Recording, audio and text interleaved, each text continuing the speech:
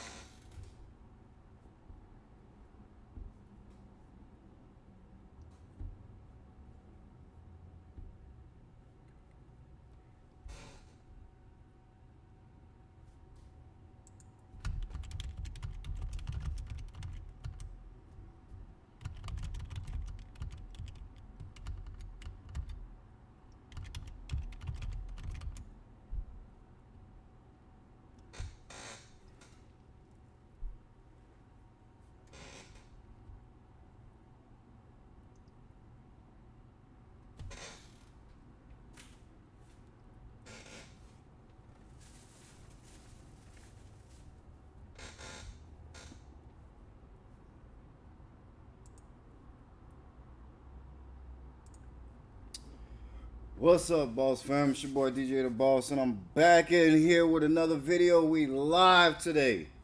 Shout out to everybody. Shout out to everybody subscribed. We got almost 6,000 subscribers now, which is absolutely crazy. It has been nuts lately. Y'all have been reaching out to me nonstop. Y'all have been sending me emails, sending me Instagram messages.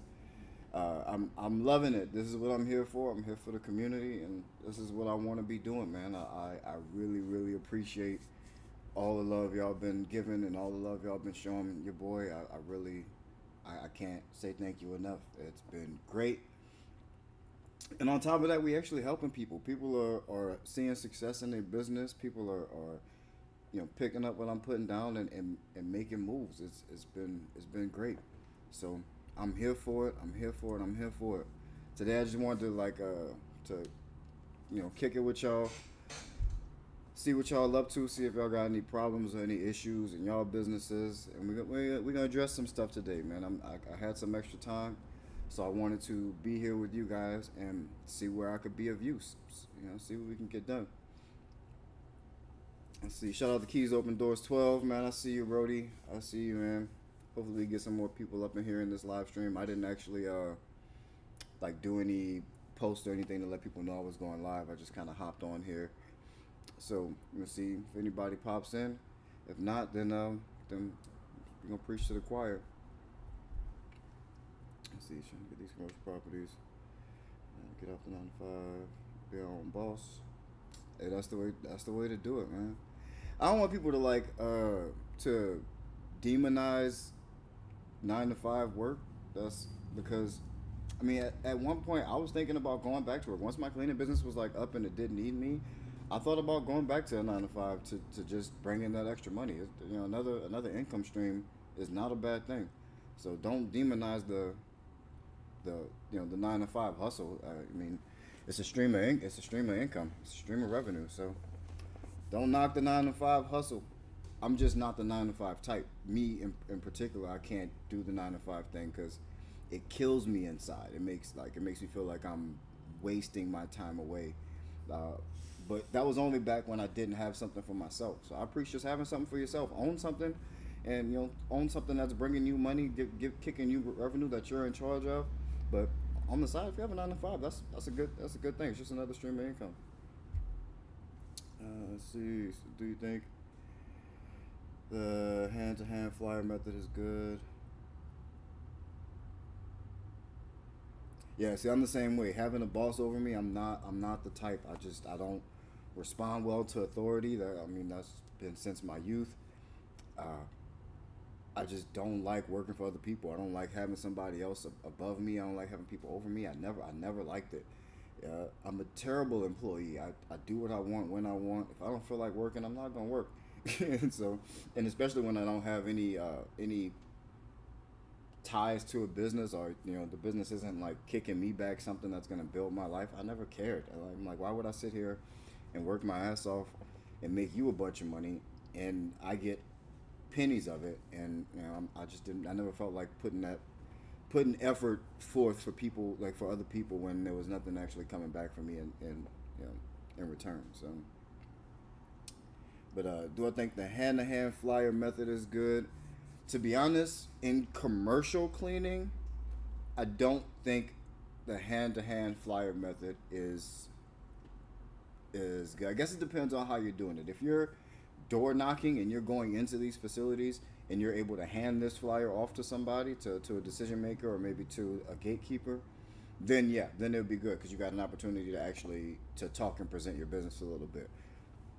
But just leaving flyers in places, I think, it's better than nothing, but you'll waste a lot of money. There's a lot of other things you can do for free that'll be a little bit more effective. Email marketing is free. You can find those emails and email them before you spend hundreds of dollars on a stack of flyers. But I would use them as just marketing material, like as I'm talking and as I'm actually going door to door to these places. Let's see.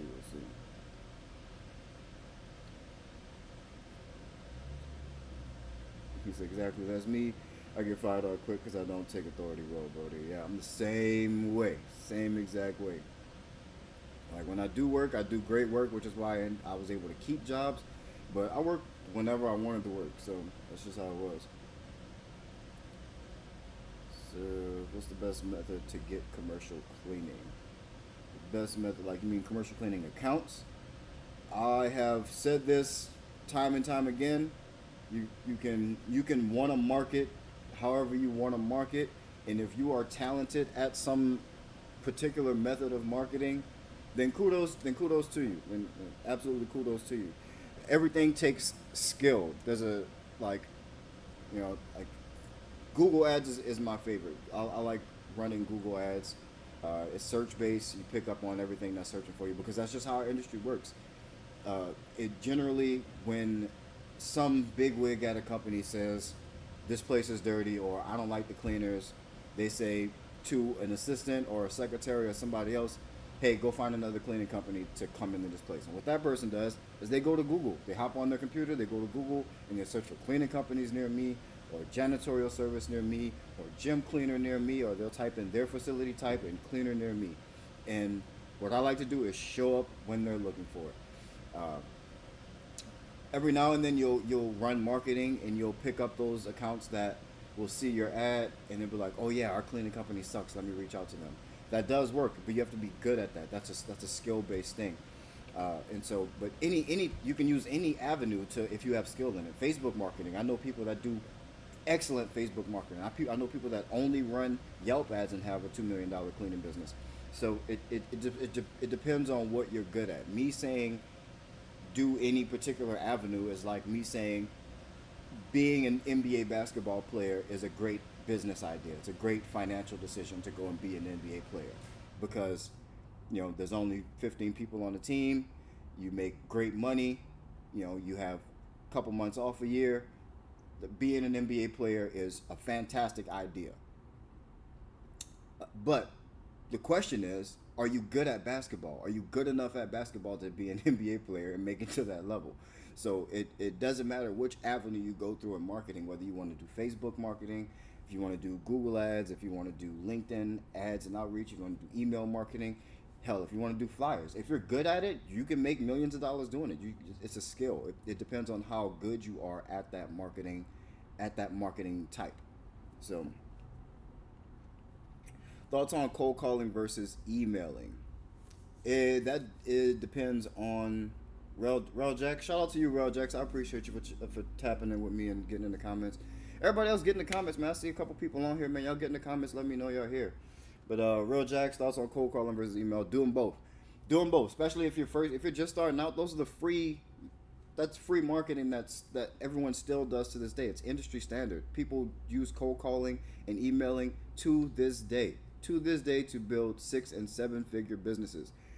Cold calling, if you have the stomach for it, if you're okay with hearing a lot of no's, if you like to talk to people, if you have a likable personality about you, if you're good on the phone, then yes, do cold calling.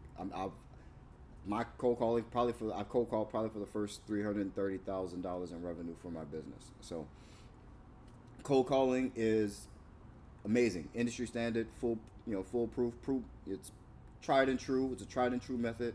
Uh, emails, emails are also really really good. Email marketing is a thing for a reason. It's a $1 billion industry for a reason. Email marketing is just as effective as cold calling. But like I said, it's like whether or not you should be an NBA player. Like yeah, you should, but are you good at it?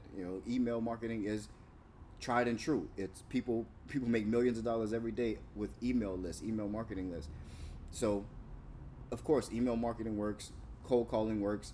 The either or is going to be your personality type. Are you better on the phone or are you better at writing copy? If you're a good copywriter, you should probably lean more into doing email. If you're better on the phone or talking to people, then you're probably going to want to cold call.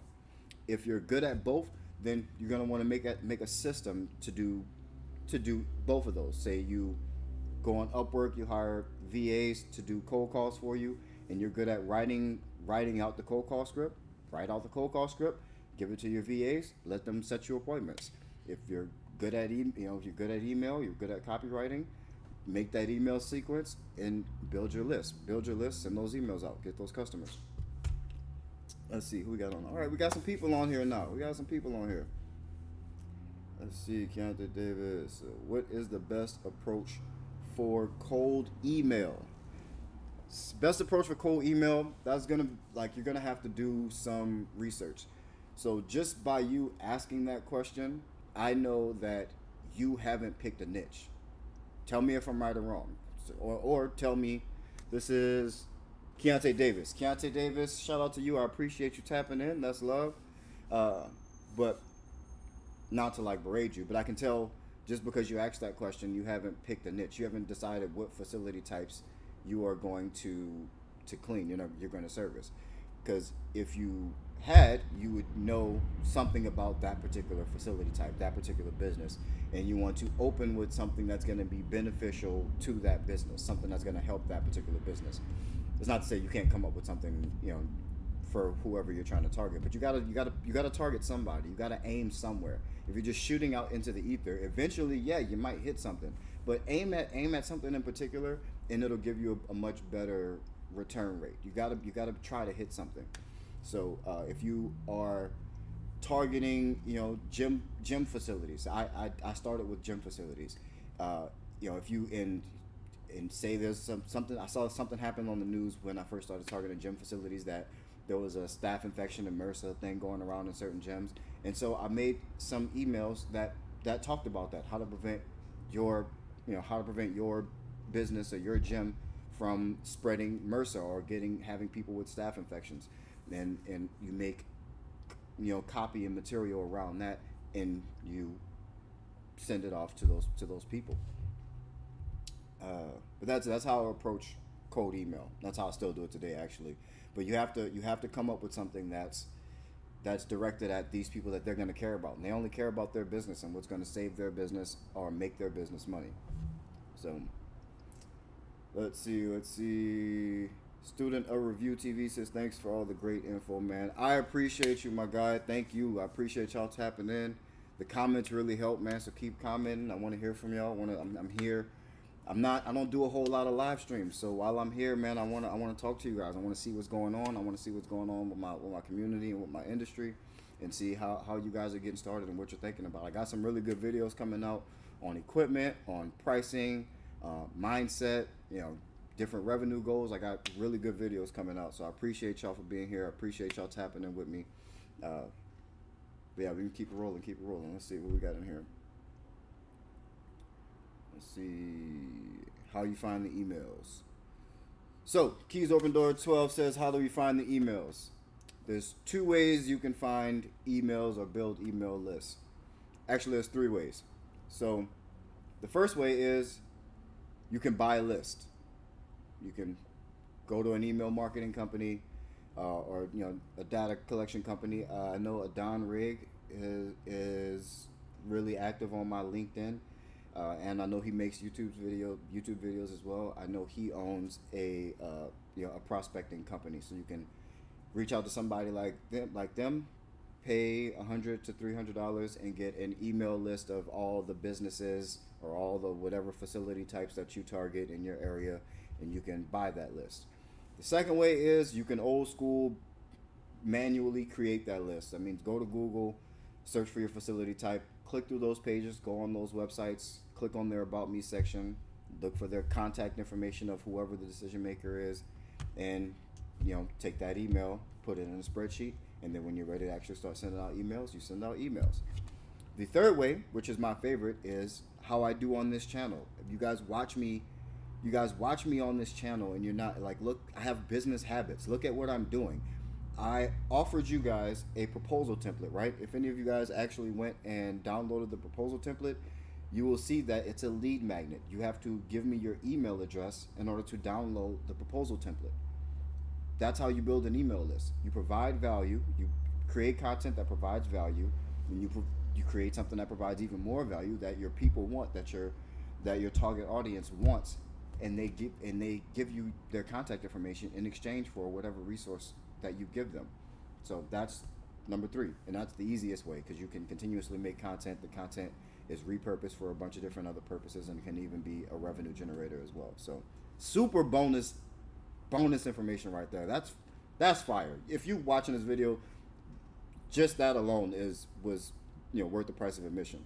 So if you're just getting here and you missed out on that one, then you're gonna want to rewind it and take a listen at what I just said. Let's see. So yeah, I just gave y'all 3 ways to find email addresses. 2 really good ways and 1 paid way. Let's see. Rojak says, I'm not a fan of cold calling, but a lot of people recommend it to me because my personality. I want to do emails, so seeing how it goes. Yeah, I mean, doing both. If you got the personality for cold calling, there's nothing like it. I mean, people still cold call in every other industry. It's huge in real estate. It's if it didn't work, people wouldn't do it. It's just the skill set of being able to do it. That's really it. If you're good with your voice, you got the gift of gab, use it, man. Make those calls. It's tried and true. People have done this decade in and decade out. Cold calling works, and it probably will work as long as we like to communicate via phones. So email, everyone wants to do email, but email is a lot harder, especially cold email. If you're not like building a list in the third way that I said, where you're putting out content and you're giving away something that people want to give you in exchange for their email, that's the best way to do it, because you're going to have the highest open rate. People know, like, and trust you already, and so as you're nurturing them through your email, you're just kind of staying in front of them. They already know, like, and trust you, so it's not a difficult sale when you go to actually sell via email. Cold email, most people, it just kind of comes off as spam, especially if they've never heard about you before. You're kind of just hoping that you send someone an email, and just by stroke of luck, they're also in the market for cleaning at that time. It's a little bit hard. Not to say that it's impossible. It just takes a little bit more skill. I guess the same could be said for cold calling, but it's a little bit more personal, and you can make you make relationships, and as you make those relationships, you can still collect email addresses. So if people aren't available, you can collect email addresses via phone and continue to build your email list. And I don't think it's not a or thing, whether you're going to do email or cold calling. You need to be doing both. These are the basics of business sales. You need to be reaching out to people, asking for sales. The more you do, the more you're going to have. So if you send out emails, get people's email address, and have emails going out. Create email sequences so they're continuously going out. Think in systems. There's a lot of programs online that will automatically send emails every so often, whatever frequency you pick. Take advantage of that. Do cold calling. If you're good at cold calling, make some calls. Make calls every day. If it's not something that you want to do, then have a VA do it. Go and get a VA that's super cheap. If you have the money, have a VA do it. But these are the ways that you're going to get those first sales before you can even think about doing or have revenue to do ads or any other type of marketing. So these are 2 things that are free, and cold calling and cold emailing are tried and true. It's just a numbers game. The more you do, the more you're gonna get. The more no's you get, the more yeses you're gonna get. That's not new. I know you've heard that before, but everyone's trying to avoid the work and avoid the no's and the embarrassment when you shouldn't be thinking about that. You really should just be thinking about the next yes. The more no's you get, the closer you are to a yes, and the yeses are worth the no's. Bar none. The no's are so worth the yes. The yes. The yeses are so worth the no's. Let me see who else. Found the emails. We did that. Calling. Projects, really appreciate the information and time. Absolutely, man. My pleasure. That's what I love doing.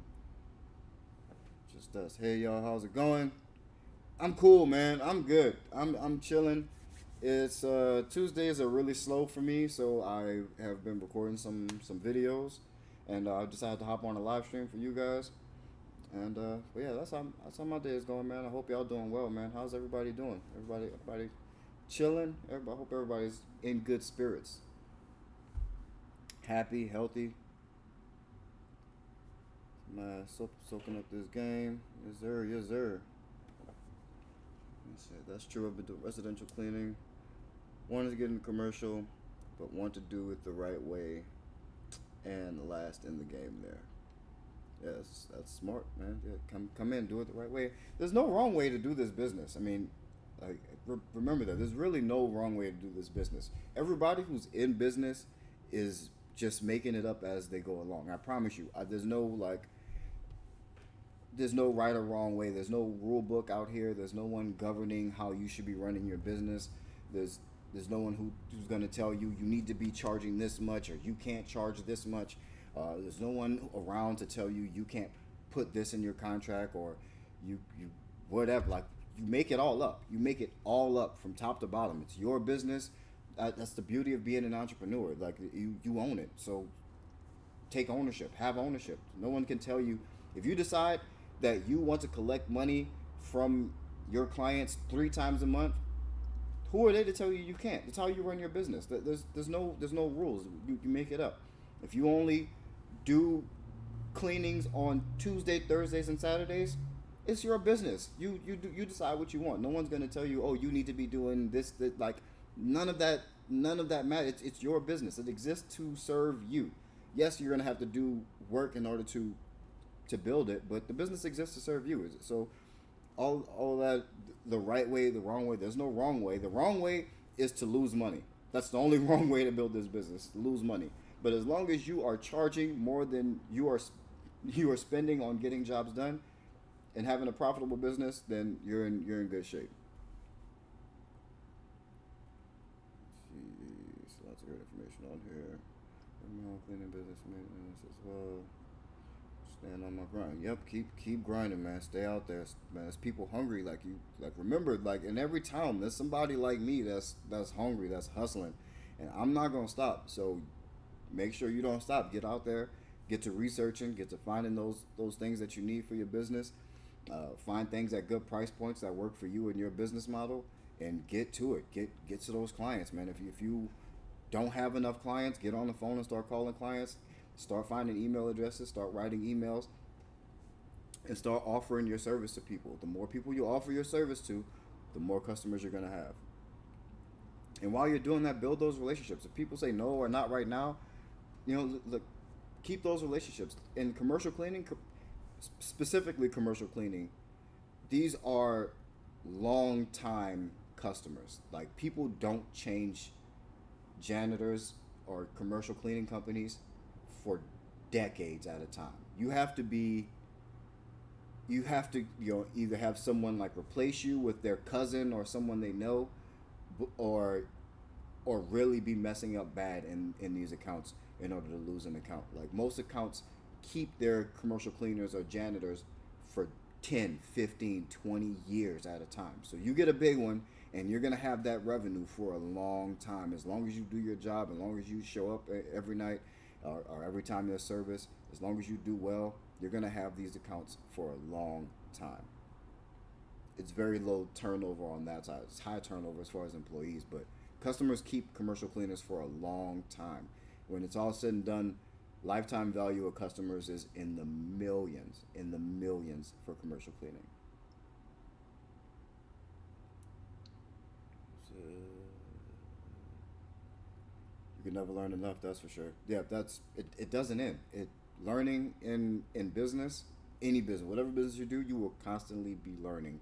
You will, you got to wear, especially as the CEO or the owner, you got to wear so many hats. You need to be very knowledgeable in every aspect of the business so that you can make the hiring decisions, so you can know when people are bullshitting you. Like you have to learn. Like there's no way around it. You're always going to be learning. There's always going to be new things. There's always going to be new technology that comes out. There's going to be, you know, new marketing strategies, marketing changes every couple of months. You're always going to be learning. So don't let that stop you. Always be ready to learn, be ready to adjust, and be humble enough to know that you don't know everything. There's never a point where you're going to know everything. So stay humble, and that's going to allow you to have longevity in this business. So I actually submitted a proposal and used your template. I almost finished remixing to my company. If you haven't changed it to all of your company stuff, how are you using the template, man? Don't get caught, because they'll call you out and it looks real unprofessional. If you got like my employees with Gico Commercial Cleaning on their on their shoulder, on their patches, and your company name is something different, it looks very stock imagey, and it can be the reason why you don't get the business. You are doing business with other business people, successful business people. If they have a building that needs to be cleaned and they're in a building big enough for you to be trying to clean it, these aren't dumb people.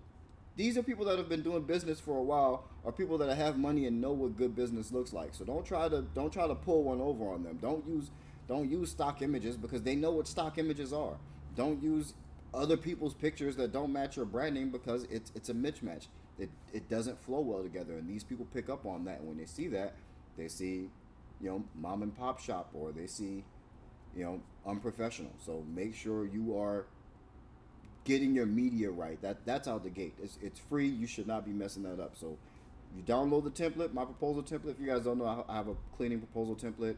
If you don't have a way to present your business to potential clients, it's not a contract, but it's a way where you can kind of show your offer and what you're going to be doing, and present the pricing in a way that's a little more professional and a little easier on the eyes. I have a proposal template. I'll put it down in the description. It's in the description of all my other videos, though. So click on one of my other videos, download the proposal, and you can use it. But make sure you change my marketing to yours, my branding to yours. Change all the pictures out. Change all the colors out to your colors, and and use it for yourself. My gift to you guys. But make sure you have your own branding to use with it, because you mess that up and it doesn't look cohesive.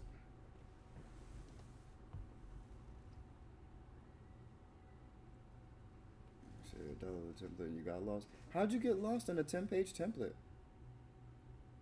Is it confusing somewhere? Let me help me make it better. What got you lost? At what part did you get lost in? So maybe I need to go in and make something a little bit more systematized.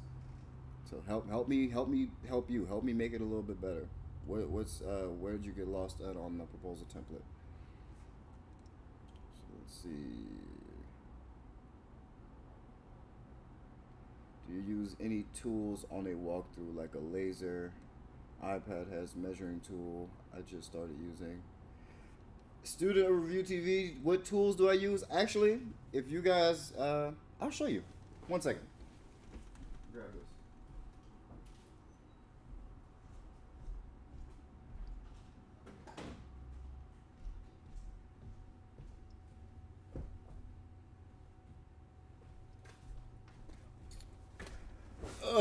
This is the tool that I use. It's just a little measuring walking stick. This thing just stands out, stick it on the floor.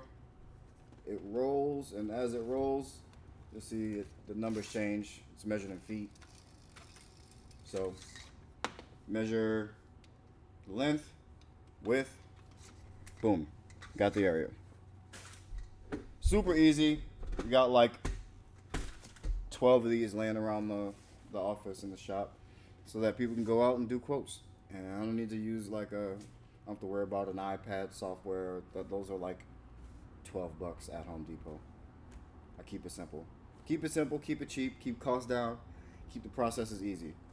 They take measurements. They type it into our little Excel spreadsheet. What the measurements are, what the shape of the room is. It spits out the square footage, which, depending on the facility type, it'll pick their appropriate production rate, and it'll spit out the number that we use for pricing, because everything's just dialed in like that now. So that's the tool I use for measuring properties. I don't try to. I thought about doing that, like using my phone's LiDAR scanner or like a 3D recreation to like try to come up with pricing, but all of that stuff is just, it was just extra work for nothing. So I just use the measuring stick, and we rock with that. Keep it simple. Let's see. CG, thanks for your videos. Thank you for being here. I appreciate you watching. I really appreciate all you guys commenting and interacting with the video and engaging in the comments and liking the videos and stuff like that. Speaking of which, if you're here right now, like this live, like this video. If you like it, more people can come in. It'll spread this to more people. So like the video for your boy. Ugh. What was that comment? It says, so true, I have a big 20-year-old customer. Yeah, 20 years is a long time. 18 locations. That's dope. That is dope. You are building a big business. That is, I don't know how to say that name. JS Dust 1. Shout out to JS Dust 1. JS Dust 1 is killing it out there, man. Where are you at? What area? What city are you in? But you're killing it out there, man. 18 locations, one 20-year location. I haven't even been in business for 20 years. So that's dope. That is beyond dope, man. I'm truly happy for you. But yeah, commercial cleaning, like our contracts last for forever. Like you literally, you could be in one location for 30 years. Like it's not uncommon at all. So let's see. Props to your story and where you started from. That's very inspirational, man. Thank you, man. Thank you. I appreciate that. I mean, there's nothing to be proud of, man. I wasn't like I wasn't kidnapped and then put in a terrible situation. I was in a terrible situation based off my life choices. So it's not like I can just say that like I was, it was nothing special. I made a series of bad choices that landed me homeless and broken in debt. It was my decision to take on the debt. It was my decision to not have a lease agreement in the house that I was living in, and it was also my decision to waste the last of my money staying in hotels while I tried to figure things out. I could have tried to stay at a friend's house and stuff like that, but my pride wouldn't let me. It got in the way, and so I ended up homeless and had to swallow all my pride. And in swallowing all my pride, realized that I'm willing to do whatever it takes. I got sick of my situation, and that was the difference maker. Was me deciding that I actually was sick of my situation, which is why a lot of people actually don't start, is because they're like, oh, I want to own a business. I want to do a cleaning company because it's easy, it's cheap, I don't need a lot of money. But like, you don't have the motivation to do it because there's no real reason why. For me, I was sick of my situation. Like, it made me want to throw up when I looked around myself and saw that I had nothing and nothing to show for all the hard work that I had put in, and my decision making had led me to a place where I didn't have anything. And so I was literally sick of my situation, and in my head I was thinking, there's nothing that I won't do to get out of this situation. So, and then when cleaning came up, and I'm also at the same time watching that show, Blue Collar Millionaire. I don't know if anyone's ever looked at that show. Go watch Blue Collar Millionaire. That's like, if you need inspiration or motivation, go watch Blue Collar Millionaires. Like it'll show you a layer of the society full of people that are willing to do the dirty work, and we make millions of dollars. Like, I wasn't on the show, but like us in these blue collar industries, we make millions of dollars, and we do the work that other people just don't want to do. And so once I was sick of my situation, I decided I'm gonna do the work that nobody else wants to do because I'm willing to do it to change my situation. If that means I'm scrubbing poop from toilets all day, then I'm scrubbing poops from toilets all day. I gotta feed my kids. I got people to take care of. So that's what I did. Yeah, that's how I was able to change my situation. Let's see. Any tips on buffing hardwood floors? Doing it for the first time next week, small space. Not really, man. Not not really. It's a pretty straightforward it's a pretty straightforward process buffing floors. Uh, just do a good job, man. That's pretty much it. Do a good job. Make sure your price is right. Make sure you're not losing money. If you're doing it yourself, then and if you're okay with the amount of money, then just go do it. Do a good job, man. It's really it's really hard to make sure. I guess my only tip would be make sure you got the right pad on your machine, buffing floors. Just don't mess that up. You don't mess that up, then it's hard to do a bad job. You know, take your time. Make sure you do a good job. That's really it. Floors are the most important thing in any facility. You'll probably hear me say that twice over the next 6 videos. Floors are the most important part of any facility. They're the largest surface area, and they're the one thing that everybody sees as soon as they come in. And they're seeing it the entire time. So floors and floor work is the most important. Get good at floors and taking care of floors. That's it. Thanks for your videos, man. You're a real one. Hey, I appreciate you. I try to be. That is from Damian McLaughlin. I appreciate you. I mean, I really appreciate everybody who comments. This is why I read every single comment, is because I want you guys to know that I actually do care. I'm a real person here. I'm live and in the flesh. I I'm I actually want you guys to have success.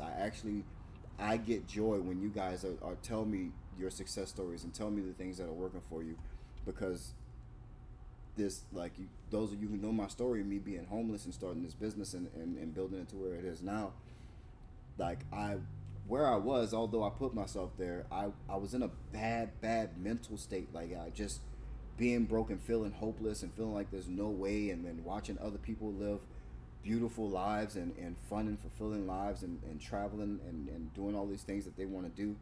It I wanted it, you know. I just wanted it. Like, you have to want it, you know. You have to want it, uh, and it made me, yeah, it made me depressed, and it's easy to slip into a depression when things are going wrong and you don't have a lot.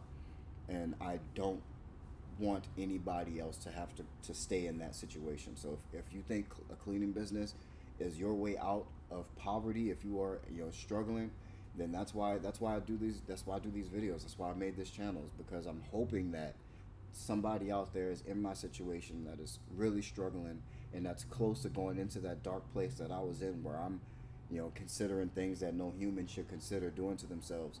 And I'm, you know, feeling like a disappointment to my family and things like that. I don't want people to have to go through that, because you don't have to. There's people out here in the world like me who actually care. I care more about you not going that route than me making a couple extra bucks. So I built my business, and which is why I didn't. I'm not in a rush. I'm not.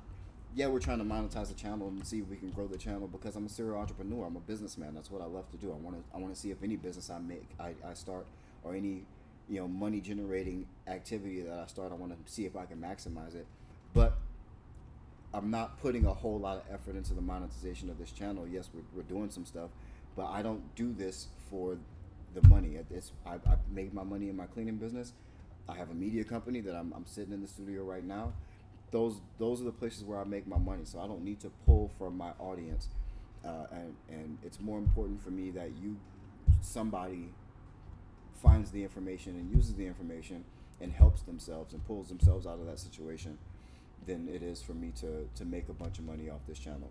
Great if the channel makes a lot of money. I'm not saying I don't want the channel to make money. Please watch the ads. Please watch the ads. Don't skip those ads. Let your boy make as much money as I can. But that's the reason why I started this channel, is to try to help somebody out of that situation that I was in. Try to move someone from that dark mental state that I was in to being happy and fulfilled in their life. I'm so happy in my life, it's not even funny. It feels wrong sometimes, because, like, you see other people like doing things like leaving negative comments on YouTube videos, and I'm like, that's sad. If your life is where you actually have time to sit around and leave negative comments on someone's YouTube video about anything, then you're in a really weird place. You're in a really negative place. Like and I feel sorry for people that just don't have actual happiness. Actual happy people only want to help other people. That like, and that's just facts. If people who are actually happy in life, they don't want anything else in life. They don't need anything from anybody else. They just want to help other people because when you're actually happy and you're actually fulfilled, it's an overflow. It's an overflow. You have to give it to somebody else. You can't control it. You have to try to make someone else feel that way. And that's how you can identify truly happy people than as opposed to miserable people.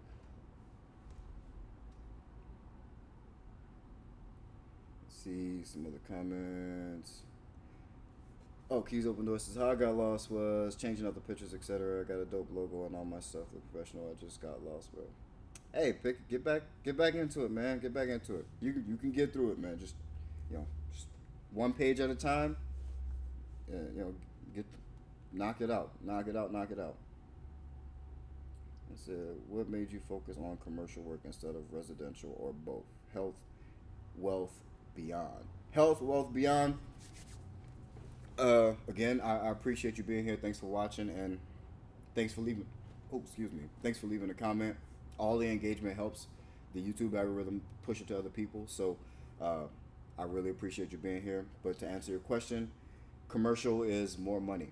That was it. You guys heard a little bit of the story. I was homeless when I started. Commercial is just flat out more money. I can close one commercial account, and the revenue that I would make from that commercial account, I would need 10 residential clients in order to make that same amount of revenue. And commercial lends itself more to reoccurring revenue, which is also what I needed. People are a little bit more fickle when it comes to committing to having someone come out at any frequent amount. There's no reason to go in. Even someone who lives in a mansion, there's no reason to go there and clean 7 days a week. Businesses, Class A commercial businesses, gym facilities, dentists, doctors' offices, and things like that, they need somebody in there 7 days a week to come and clean because they have foot traffic in and out of those places every day, every single day. So every day there's cleaning that needs to be done. There's disinfecting that needs to be done. So it's just more revenue. It was a revenue. It was a financial decision, and also I just didn't want to be in people's personal spaces. That makes me feel weird. Even though now I have employees and I could go into residential, and I have the knowledge to go into residential, I still don't do it just because the time and effort it takes to close just doesn't match up to the revenue of commercial for me, and now I'm spoiled. So I just don't do any residential. The closest thing I have to residential was a couple of accounts that you guys probably saw was the condo unit that we have, where we just do the lobbies and the hallways and things like that. But I don't like going inside of anyone's house. The only time we're inside of a house is post-construction cleaning. So just more revenue, easier recurring revenue, larger revenue per service, and that's pretty much it. And like I said, commercial accounts, they last a lot longer. These are things that I knew about janitorial before I even started. Like, if you just before you even thought about doing commercial cleaning, if you ever thought about someone who was a janitor, they probably were a janitor somewhere at the same place for 20, 30 years. That's just, that's just life. It's just the nature of the industry. But I definitely prefer commercial to residential. It's, you're dealing with people in the industry, the industry, there's standards in commercial cleaning. There's, public things, and there's agencies that govern, how often things should be cleaned, and the EPA actually governs all disinfecting products and things for us. So things are a lot more streamlined. Things are a lot more standardized. And in somebody's home, if they could just say they don't like it and it's not good. So I like things where there's a standard for it. And inside somebody's house, whatever they want is the standard, and however they want it is the standard. And people are just a little bit too picky. It's hard to systemize things for people. People are very individual, so everything can be different, and you could end up having to change things and add things to make it be able to mold to every different type of person. And so it just seemed easier to me. It just seemed easier. And as I've gone through building my commercial cleaning business, it's just been easier. Let's see. I hope that answered your question. That was from Health, Wealth, and Beyond. I hope that answered it enough. But yeah, just easier, more revenue, more revenue. I was like I said, I was homeless, so I needed more revenue, and I didn't want to be, cleaning 30 houses to be able to pay rent and eat food. So I was happy to get one big client to start off that was able to pay my rent and feed me. Let's see, more comments, more comments. I said, I'm gonna figure out a plan though. Too much of a dog to not be great. Yeah, man, you got it. If you got it inside you, you gotta let that out, man. Like, don't suppress it. And like once you get started and things start going well, you start kicking yourself for not for not doing it sooner. Everyone does. The second you make your first $100,000 or your first, when you're first able to take home $100,000, you're like, why didn't I do this 10 years ago? Like you start start going ham, because time time is the only thing that you can't get back. You're not gonna be able to go back and start sooner. So get to it. It says, how do you go about hitting people, benefits, pay, contracts, or straight hires? Jerome Payne, I can't really understand the question. It looks like there might be a typo. How do you go about hitting people, benefits, pay, contracts, or straight hires? I can't understand exactly what you're trying to ask. I really want to answer your question, so just rephrase it for me and comment again, and I will definitely address that for you. But I don't want to just start talking out of nowhere about nothing if it's not what you're asking. So rephrase this for me, or watch the typos, and I'll come back. I'll circle back to you. Student Review TV, thanks. My pleasure, man. My pleasure. I love doing it. So SDS Sam, what's the best way to get your first contract? I can afford to invest in paid leads. If you can afford to invest in paid leads, then buy some leads, man. If that's a quick, easy way. You just answered your own question. If you can afford to buy leads, then find a lead generation service, get some leads, and go close them. That seems like a pretty straightforward way for you to get started. If you have the money to invest when you first start, invest the money. It's as long as you end up making more than you invested, then it was a smart idea. There's no, like I said in the beginning, if you guys are just getting here, in the beginning we kind of talked about this. Rewind the video if you have time, if you have a second, or wait till after the live stream ends and then go back to the beginning of the video. But we talked about these different avenues of marketing. Like you're gonna have to be good at whatever avenue of marketing you decide to go with. We used the basketball player analogy in the beginning of the video. If like generally speaking, being an NBA basketball player is a good idea. It's a really, really good idea. I think you should go and if you want to make millions of dollars and have a couple months off a year and be and be a celebrity all over the country, then go be a basketball player. Go play in the NBA. That's a good idea. That's how it is. Me telling you, oh, go run Facebook ads or go run Google ads. That's like telling you to go be an NBA basketball player. Yeah, it works as a good idea, but are you good at basketball? Are you good at running ads? Are you good at writing copy? Are you good at selecting targeting? Everything works. It's just, are you good at it? So don't get hung up on what marketing avenue you're going to go with. Get hung up on getting good at something. Get good at some avenue of marketing, or get good at sales so you can pay someone else to do the marketing for you. But either way it goes, you got to get good at something. Business is skill. It's a group of skills and systems. That's it. There's no way around having skills or building skills. You're going to have to work on yourself.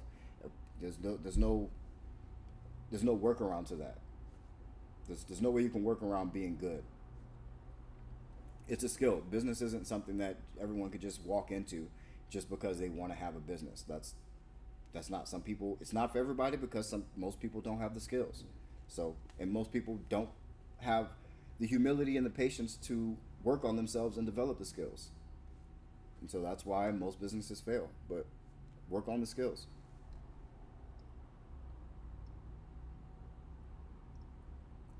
off. Let's see. Oh, we got some comments come in.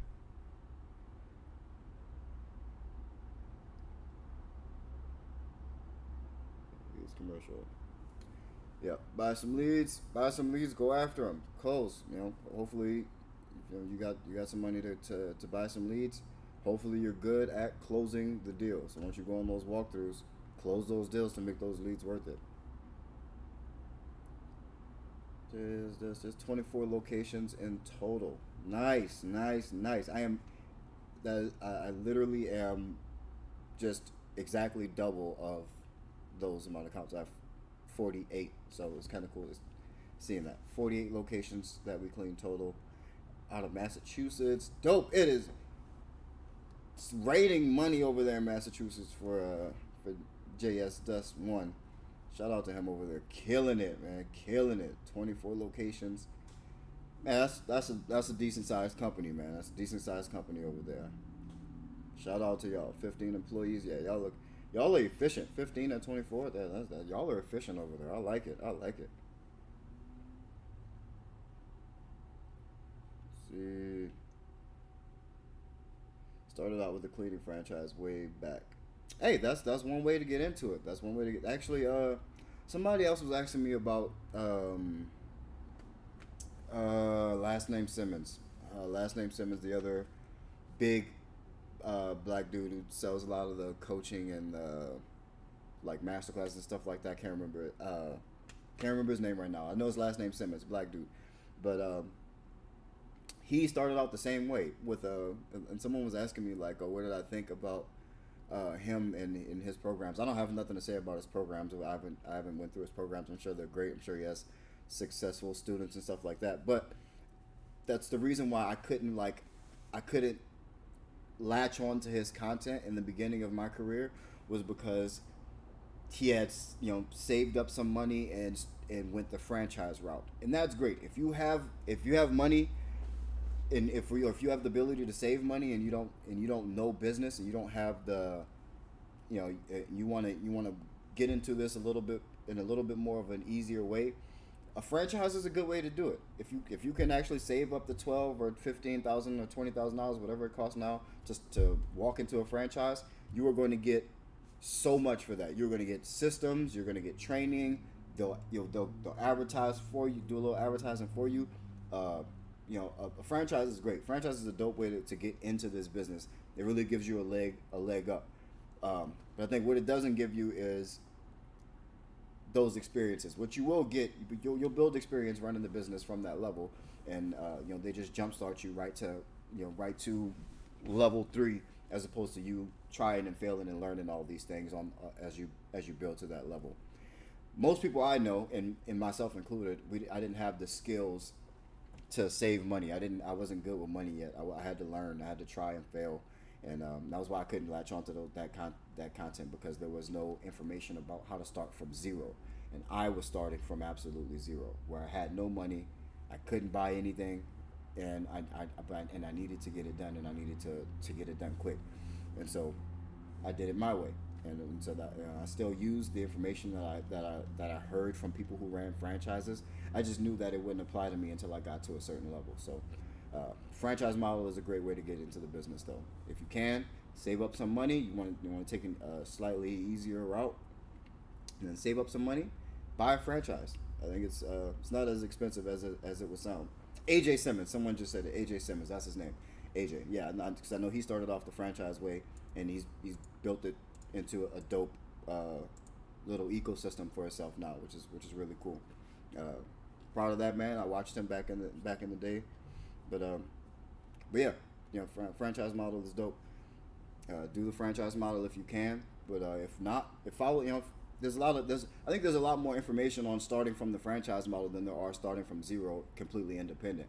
And but that's why I started this channel, because I didn't see a whole lot of people who started off as independent and grew from zero. It's a really different distinction. Like, I think I can bet that you're gonna have some success if you save up money and you buy into a franchise. I'll bet. I think that's a safer bet that you're gonna be okay. That you're gonna make some money and you're gonna learn business. Starting from zero, there's not as much information out there. There's really only me. I don't really know anyone else who started independent and that built a company my size that that is giving away information like mine for free. So let's see what's going on with some of these comments.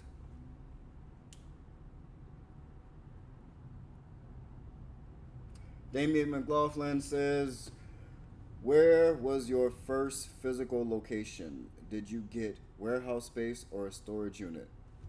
This one's a fun one to answer because this is why I'm glad that I documented my entire journey on YouTube. So go back and watch some of my first videos. Go watch the journey. It'll help you. It'll show you what the journey looks like. In the very beginning, I had nothing. I did everything from my house. I had supplies all over my kitchen. Like there's a video of me showing all of the vacuums and cleaning supplies and stuff that just didn't fit in locations, and it was just on my kitchen floor. Like it I didn't get anything until it took over my house, my living space. Like there was cleaning supplies flowing over into my living room from my dining room, and that's where I started. I didn't try to be any fancier than I was, and I didn't have extra money. When you're starting in it and you're from zero and you need all the money in your cleaning business to run the cleaning business and to survive and eat food every day, you don't spend extra money on anything. You don't get an office or a storage unit until that money is extra money. So that's where I started, was my kitchen, until my kitchen overran into my dining room, and then I got a storage unit. And there's plenty of videos from the days where we had the storage unit.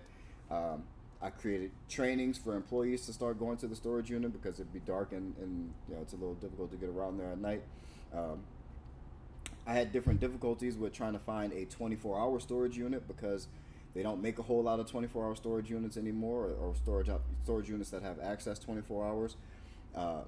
And since we clean after hours, sometimes people can be out till 2, 3 in the morning and then have to go to a storage unit, and storage units closed. So, but I had to work around those logistics and getting supplies to and from storage units. And then from the storage unit, I went to an office. After I had my first office, we went back to a storage unit, and then we went back to an office, and then now we're here in this space here where I dual office with the cleaning company in the front and the media company in the back. So that was my journey as far as physical locations. But it's been fun. But the entire journey is here on YouTube, which I think is really cool. I am really hard pressed to say that there's not another cleaning business YouTuber who you can watch their entire journey from $0 to over 7 figures. So there might be some out there. I don't know. I haven't been keeping up with the industry as much as I should have been. But I think you'd be hard pressed to find someone else who did it in that way. Let's see. The hiring process. Do you contract people per job to work or hire them as W-2 employee, or both? A little bit of both. Mostly W-2 employees. Contract. I did a video on the whole contractors versus W-2 employees. It sounds like you might have that same confusion, so I would suggest go watching that video. But having a small amount of work is not a reason to make someone a contractor. So I don't want you guys to get get audited by the IRS, one, but I don't want you guys to muddy up your thinking with that. So just because someone is only working a little bit or a couple hours here or there doesn't necessarily make them a contractor. Different for one-time jobs, I could see that, but generally, just because someone works a small amount of hours doesn't make them a contractor. If they don't do any other cleaning for anybody else, and they just clean for you, that's a W-2 employee. If they wear your uniforms and use your supplies, that's a W-2 employee, not a 1099 contractor. 1099 contractors are other cleaning companies, and if that's what you're referring to, then I almost never do that. It has to be an emergency situation for me to reach out to another cleaning company and say, hey, I can't get this particular job done. Can you go and knock it out for me? I've done it before, but it's rarefied air for me. Let's see. But yeah, generally I stick with W-2 employees. So wasn't easy getting going. Had to clean out my kids' savings account to pay my workers, waiting on checks to come. Definitely have to put that work in to get what you want. No website, no advertising, everything, just word of mouth, even to this day. But everyone is different. Yeah, those are the best kind. The word of mouth clients. When you have growth from word of mouth, that means you're doing several things right. That means you're doing several things exceptionally well. So kudos to you, man. I'm gonna have to get some advice from you on creating more word of mouth marketing for myself, because that's something that we haven't been extremely great at, in our history. But I've definitely seen it work time and time again for a lot of people. So this is a business that you can do even with no advertising and just and just word of mouth. So let's see. Someone says makes sense. Thanks. Let's see. Just AJ Simmons. Yes, that was the name. Keys Open Doors says, I got a question. Do you have to have business insurance for my business? I started Google but never fully did it. At the time I let my insurance go. It still says I have it. You definitely need insurance. You definitely need business insurance. You don't want something to happen and then you have to cover those things out of pocket. So start off with $1 million of liability insurance. Nothing more than that, just to get yourself started. Especially if you're by yourself, if you're the only person working in your cleaning business to start, which is where I started. General liability insurance for me was like $50 a month. It's not nothing major.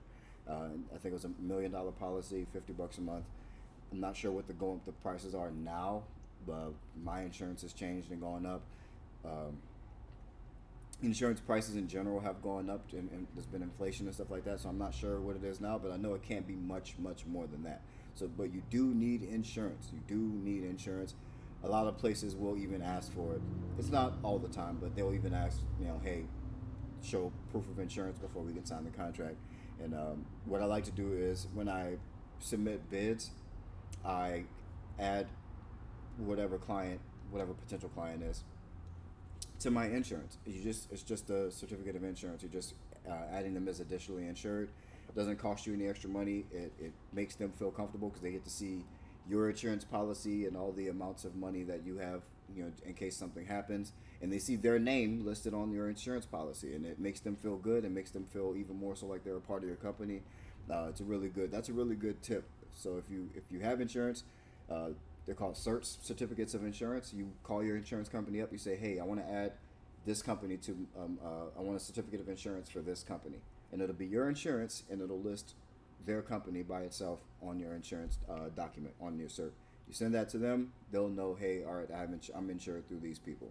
So that way, if you're in there and something happens, like your cleaner turns around with a backpack vacuum and cracks a TV, or knocks down some expensive vase, or does something on accident, your insurance can cover that. Or even worse, you hit a pipe and you flood a building or something like that. Like, you need some way to pay for that, especially if it's your fault. Hopefully when things happen, it's not your fault. Usually that's how it goes for me. Is crazy things happen, we investigate, find out who's at fault. Usually we're not at fault, but sometimes things happen, and insurance is needed for that, because the second you have to pay out of pocket for it, you will regret it.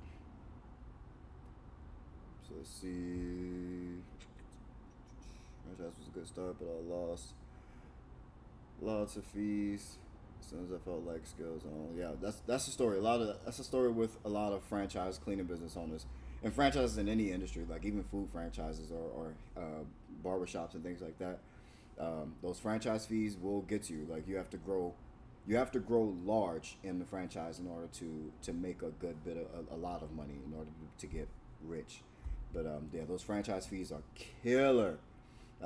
When you're independent, you keep all that money. We already spend enough money on marketing and trying to get things done in our business. So you don't want to have to pay extra fees on top of that. But depending on how you're running your business, if you're paying a lead generation service or one of those other types of companies, then I mean it could pretty much add up to what you would be paying to a franchise anyway. So that's why I always say, get good at creating your own leads, get good at doing your own marketing, because paying someone else to do it for you eats into your profit, and we don't want people eating into our profit. You can figure it out, and you can be completely independent within inside your own company, and that's how you make the real money. That's how you make the most money. You don't want people to have leverage over your business. Say if you are buying leads, you're just buying leads. Even if you close every lead you get, you're still you still have to pay money for those leads, and you're at the mercy of that lead generation company. At any point, they can cut you off and say, "Hey, no more leads for you. We're just going to hire W-2 employees and put them in these locations ourselves." And then you're asked out. Your company stops growing, and you have no way of getting new clients because all you know was buying leads from them. So don't put yourself in that position. Get good at creating your own leads. Get good at marketing yourself, and yeah, go from there. Don't give your leverage away. Don't give leverage to other people. I understand buying leads and getting money into the business so that you have revenue going, but you don't want to get caught up in not having leverage and not knowing how to get customers for yourself. So, Lorena Ramirez. Shout out to Lorena Ramirez. Thank you for being here. I appreciate you. This is dropping gems. I try. I'm just spitting what I know. I'm just spitting what I know. As you can see, none of this is scripted. This is just all off my experiences in this industry and my 8 years in the cleaning business. So, health, wealth, and beyond. What's stopping you from creating a course? I don't want to be another course creator in this space. We got enough course creators, and it becomes hard to differentiate like what this channel is about to the channels that sell the courses. And I just don't like what they've done to the space. Like if it was done, if everyone who sold a course in this space actually was helping the people below their price point to get to that position where they could sell a course, then I would be more inclined to participate in that, the course selling and things like that. But I don't want to be a part of that because it's so icky and disgusting now. It's just so scammy.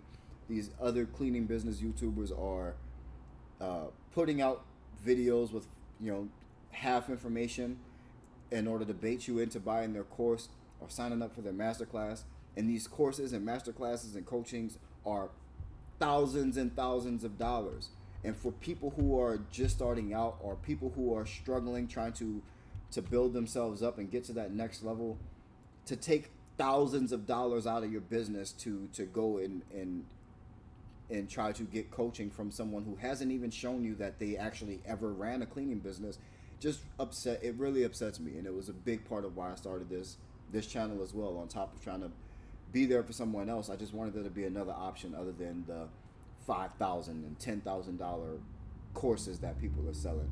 I know I obviously don't have to do it that way, but as you market, it becomes hard to differentiate yourself from that crowd, and I don't want to have anything to do with that crowd. It makes me feel icky. Like this industry saved my life, and it's not a glamorous industry. It's not something that you're gonna like. People are gonna like, oh, you're so cool, like you're cleaning a toilet. Like it's not one of those industries. And so I never saw the point of trying to like take everything from people who clearly have nothing that are trying to better themselves.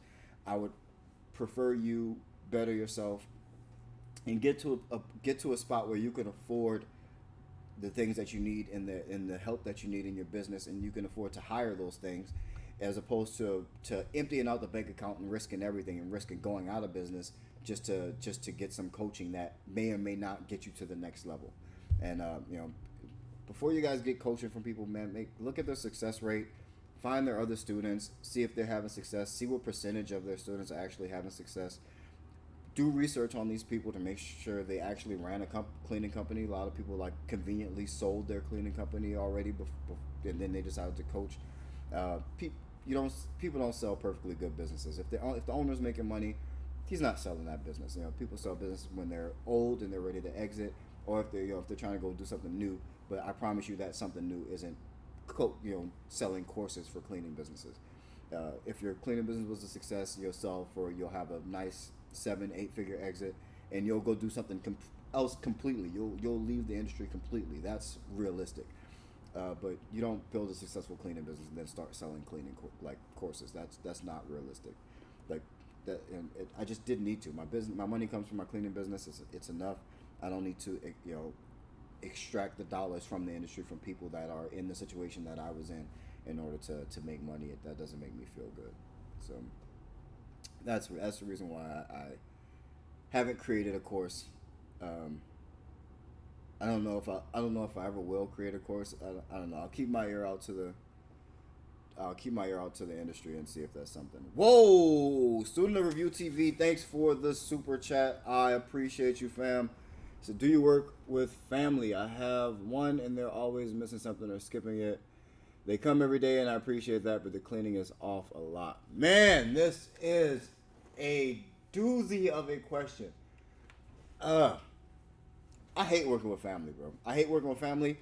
To take it a step further, if I've ever met you outside of like business and outside of my company, I probably wouldn't hire you at this point. I've done it time and time again, with friends that needed jobs, with family that needed jobs, and it never works out. It's never worked out for me. That's not to say that it can't work out, but I have never had it work out great long term. Everybody's different. Everybody's family is different. Everybody's friends are different.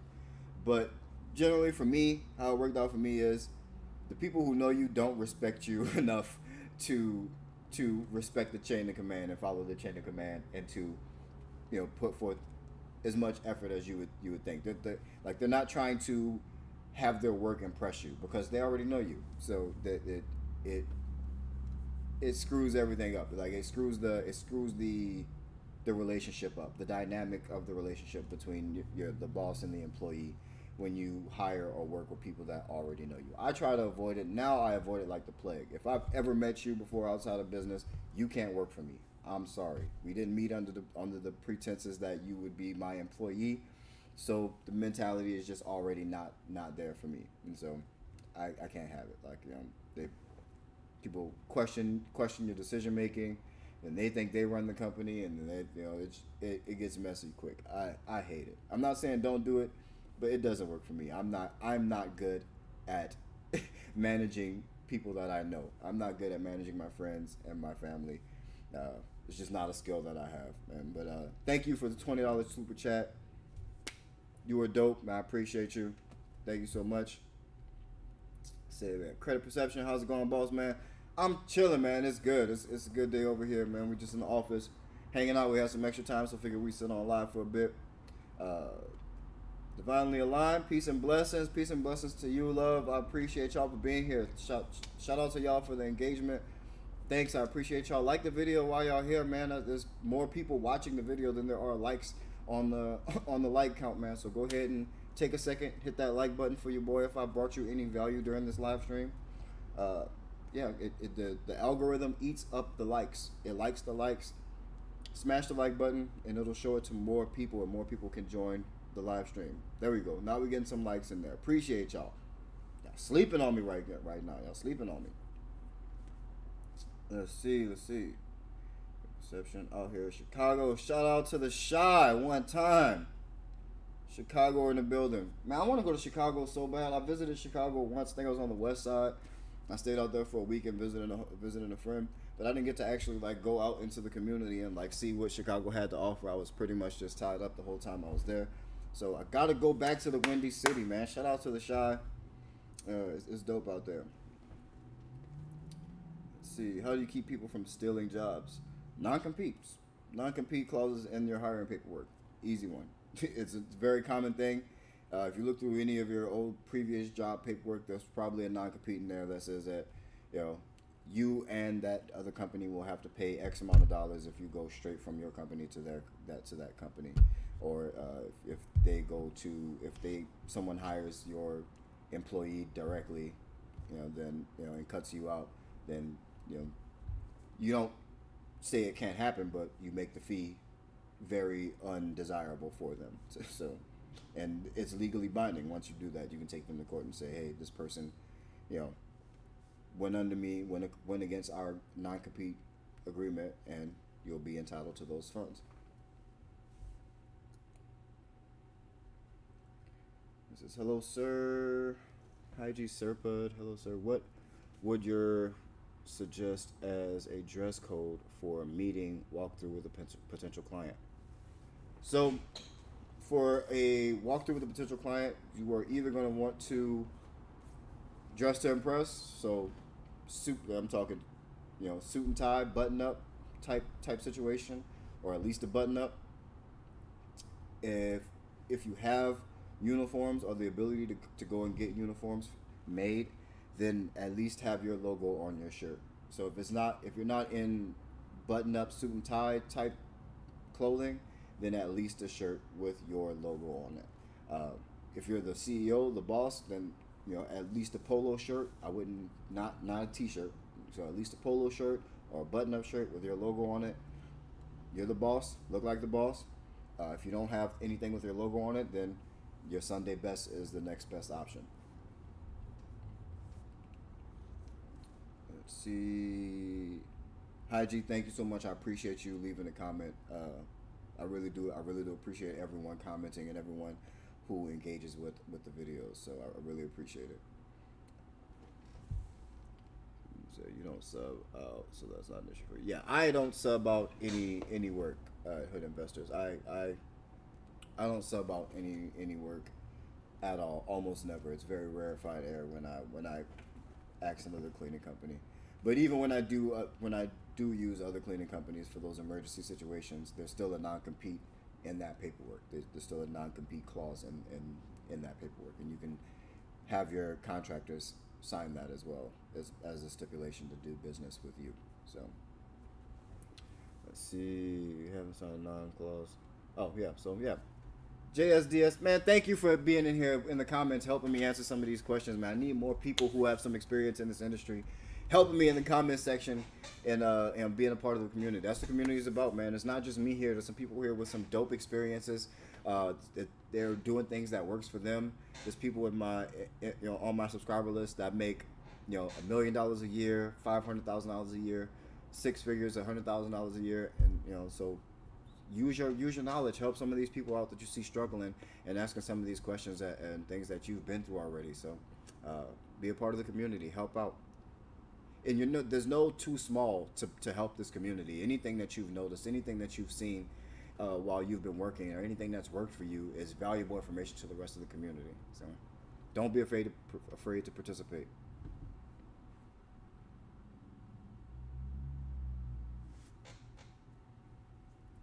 Just Dance 48 beautiful. You're where I'm striving to get. It's just staying consistent, man. That's it. It's just staying consistent, man. Like it's just going after jobs, asking for the work, and taking it in. That's it. After a while, after like 24 locations or so, you really got to start getting good at management systems. So training your managers and having them take on more of the activities that you do, or the things that you have your hands on. Start relying on your managers a little bit more, and giving yourself more time to perfect those client acquisition systems. Like if your customer acquisition, reducing your customer acquisition costs by optimizing your ads a little more, and or making more efficient systems. And just doing things that make your business more efficient and give you more time, so that you can go and close more business. And then you just focus on that, closing business. And you just stick yourself wherever you are most effective, and you hire around that. Wherever you're most effective, if you're the best one closing deals, you haven't got a salesperson who's better than you at closing deals, then that's all you do. You have everyone else fill your schedule. You set up all the systems to have everyone else fill your schedule, and then you go out and you close deals because you're the best at it. If you have someone who's the best at closing deals, but you're the best person at actually getting clients to the walkthrough phase, then that's what you focus on, and you let the rest of the business exist.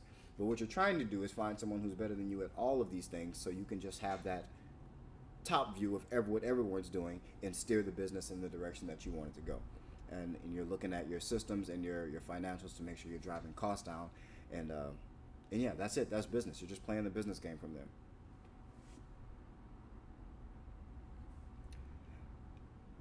Man, J Dust, I'm gonna just start calling you J Dust. I don't have any thunder, man. There's no thunder in mine still. I'm just here. I am just here. I don't have any thunder. Let's see. Have a bigger opportunity to take over many locations in another state.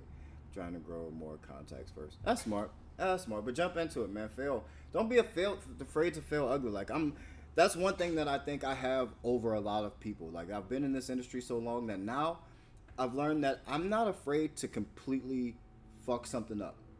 Like I will jump into something I have no business jumping into, and I will mess it up entirely. Like my first multi-building deal, like multi class A building deal, I didn't even realize there were companies that big that had multiple $20 million business like buildings that they owned, and I would get a contract for one of those like in multi-building clients, and it would require me to like immediately hire like 30 40 people to fill this building for an initial clean, and then dwindle those numbers down.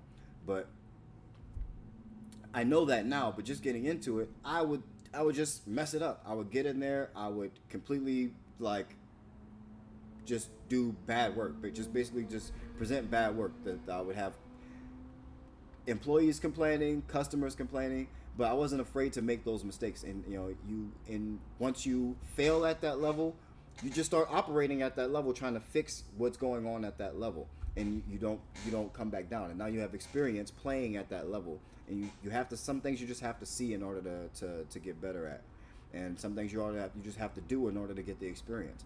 And if you never do, you never go for it, then you stay where you are. So don't be afraid. If you got those opportunities in other states, man, go get that. And if it goes bad, it goes bad. But best case scenario, it goes great, and then you've just doubled your business and you've gotten yourself into a different market. So go for it, man. Just go for it.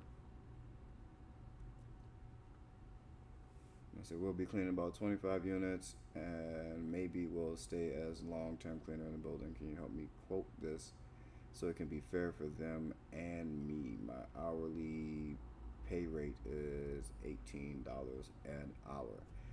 Talked about this in the beginning of the video. Me telling you how much to charge someone is like telling you whether or not you should spank your kids. It is none of my business. It is not my business at all.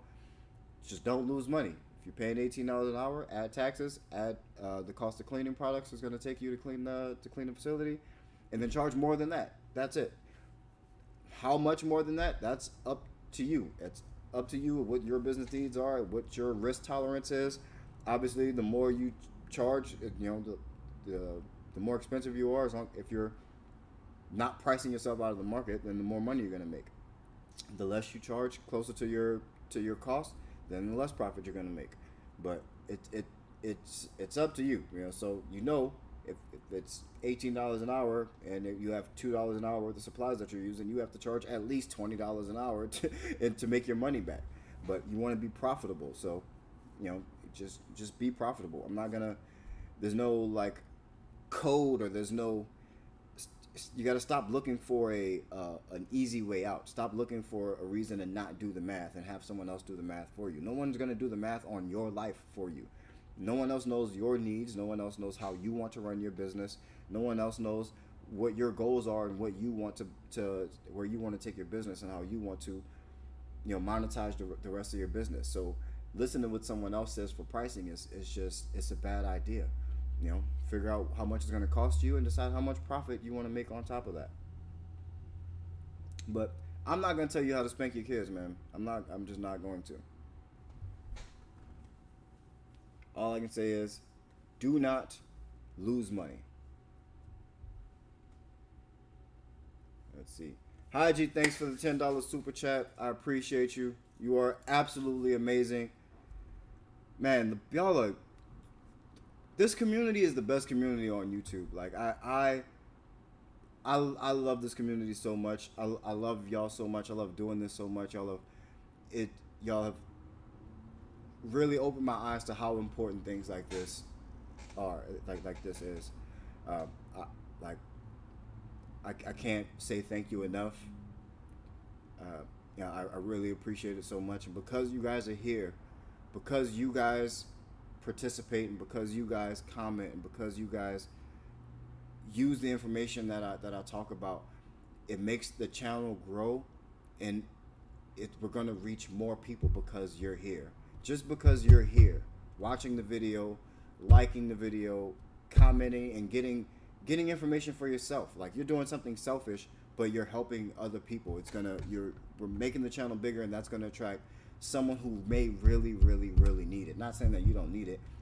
Not saying that no one else here, doesn't deserve to make a lot of money, because they didn't start from a worse situation. That's not what I'm saying. But you being here is making it more likely that we all actually help somebody, and that's big for me. I talk about all the time, like, I was in a really bad mental place, and being able to do something for myself to where I was able to sustain, life and do things the way I wanted to, like, really, really save me and save my life. And so, you guys being here and helping me to spread this message, you could be saving somebody's life. And that's real talk, because this industry is what saved my life. So don't think that it can't happen. We'll get through a few more comments, and I'm gonna get up out of here, man. Let's see. Bear between 25. All right. Let's see.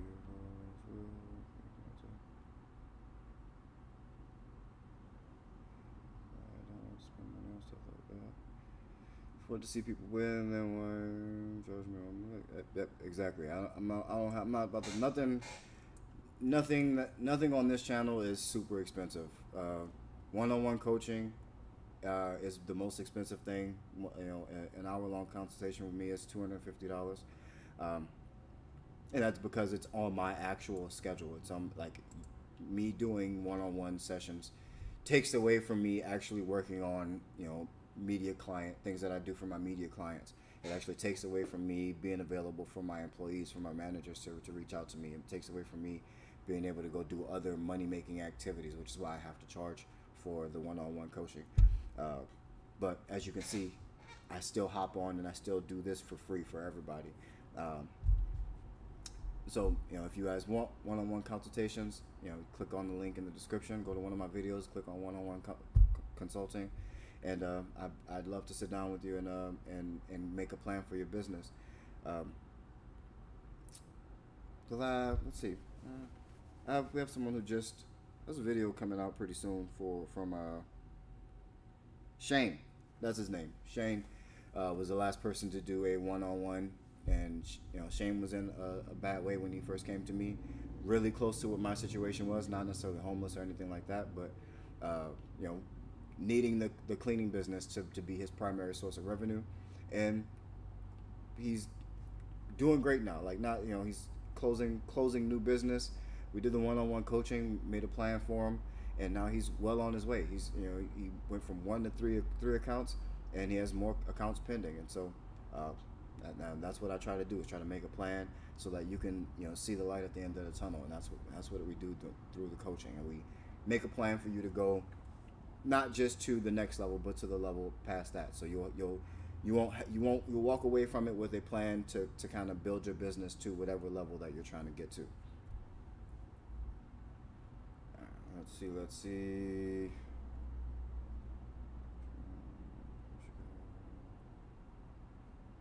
Hey, let's do it. When I go out to Chicago, we'll definitely go around to your job sites and your operations, and we'll take a look at, and we'll maybe share it with the boss fam. See, what type of conferences do you go to? Do you have a mentor? Divinely aligned. So I don't go to any conferences. I like the idea of Easter show, ISSA. I haven't been. I was going to go last year, but they moved it from Vegas to Chicago, actually, and I just didn't want to go to Chicago in October. I know they call it the Windy City for a reason. Didn't want to be there in October. I want to go, but it'll probably be during the summer or the springtime. No offense to Chicago in the winter, but I'm already in Seattle. It's already cold enough here.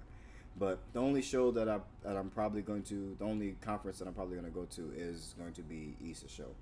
Um, if one pops up in my area, in the Seattle area, if a conference pops up in Seattle, then I probably will attend that. But generally, I don't travel around for trade shows or anything like that. I don't get clients from them, so uh, it was no point. But now that I make content, and we have this channel, I'm definitely going to try to get to ESA show the next time it is in Vegas, because I like to mix my play and my work. I like to be somewhere where I can work and play.